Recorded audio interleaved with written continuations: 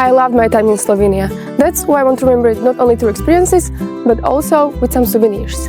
Let's learn a few useful phrases.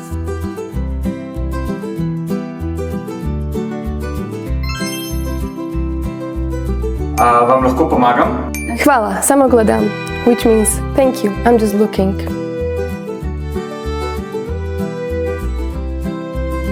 And if you need help, you can just say, ja, kje so magnetki? Which means, yes, where are the magnets? And if you want to pay, you can say, s kartico, prosim. Izvolite. Which means, with a card, please. Hvala, which means thank you. And now, let's do some more shopping.